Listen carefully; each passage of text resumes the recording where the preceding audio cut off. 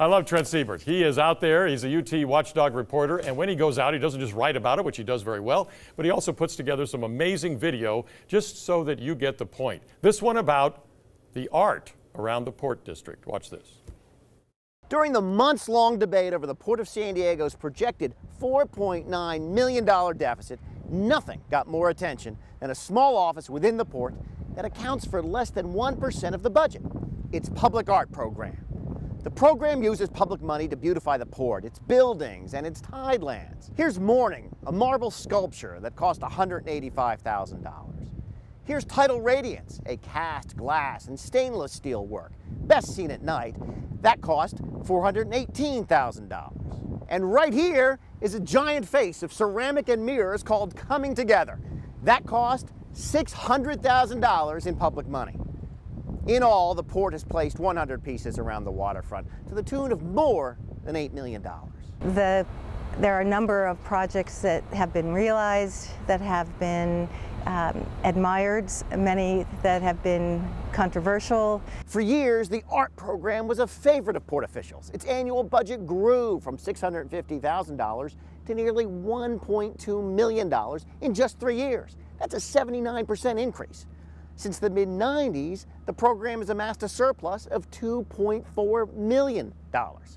But this year, with the port facing a multi-million-dollar budget shortfall, the arts program could find itself in a blue period. Port officials offered up one scenario this month that would have pulled the plug on the program for an entire year and drained the surplus. Art supporters spoke up. One was Gail Goldman, public arts consultant. I would think, particularly for the port, public art is something that actually has been proven to draw people and businesses to an area, and it really contributes to the economic viability of a place, and it's a brilliant marketing tool. So the program wasn't killed, but cut in half, and commissioners signed off on taking $1.5 million from the program surplus, even though part of that money comes from fees charged to port tenants for the stated purpose of art. Gail Goldman was not happy about the cuts, especially since port commissioners committed to expanding the program just a few years ago. What is unfortunate is that the very group of people who endorsed it and said plan are essentially saying, well, since you planned and you didn't spend the money, we need it and we're going to take it away. Carl Richardson isn't happy either, but for a different reason. He's been running his marine repair business along the San Diego Bay for 15 years.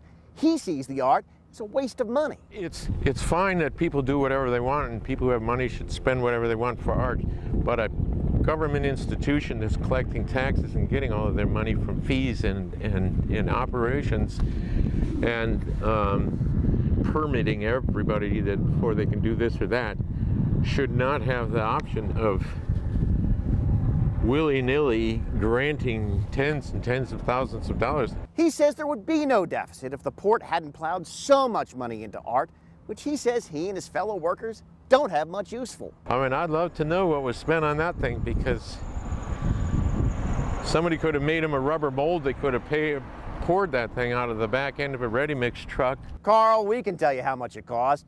$327,000. Port commissioners will make their final decisions on what gets cut to close the deficit at a June 11th meeting. This is Trent Seibert, UT TV Watchdog. Oh, Trent, it's about time. I'll tell you, it's been one of my favorite hobby horses. I don't mind, in fact, the whimsy and all that is fun. I also like the themed art that is related to the Navy heritage of our harbor or the maritime use of out on Shelter Island, there's a big statue of the old tuna fisherman pulling in the tuna, it's all in bronze, which I remember from when I was a kid. And so there's a really great sense that kind of art does speak to the heritage, speaks to the previous generations and their toil along the harbor and so forth. But some of this stuff, the dragon with little wings coming out of his ears, please. There are two big issues here that we saw. One is this program grew and grew even during a recession. I mean, like every government program. Yes. So you sort of wonder, why is the port facing a deficit? We're seeing a microcosm here. Yes. Could a deficit have been prevented? There's probably a lot of big changes that need to happen at the port to do that. But here's one piece of the puzzle where you have a program that's growing from $650,000 to $1.2 million in just 3 years. And that's every year. That's boom, boom, boom. Year, absolutely. So that's A.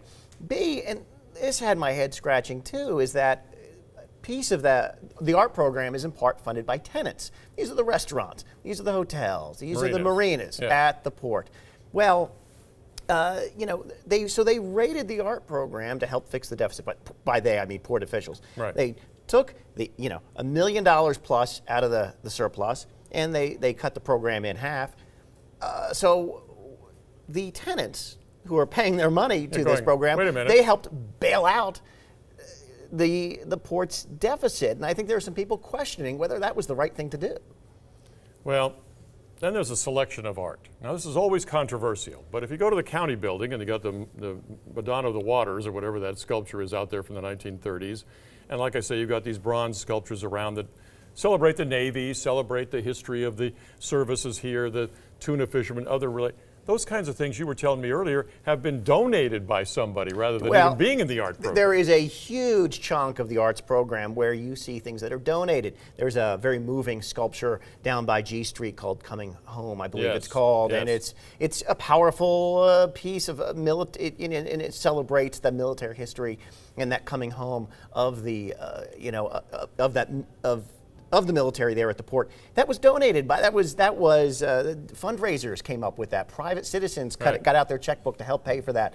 The same thing with and I know it's been controversial, but the famous KISS statue, the bronze sculpture, the unconditional surrender, the Navy sailor kissing the nurse, that also was a donation. So the things that we focused on in this story, Roger, were things that public money went to go pay for, and these are things that when we talk to the folks walking around, we talk to, again, the person we talked to, Carl Richardson, the worker out there, and his friends that we talked to. Yeah. They are looking at this stuff going, why is it here? It's so beautiful. You're ruining the landscape by putting up these concrete sculptures. I agree. Boy, we're finally getting to it here. Trent, good work. UT Watchdog reporter Trent Seibert, thanks for coming by. Thank you. I appreciate it.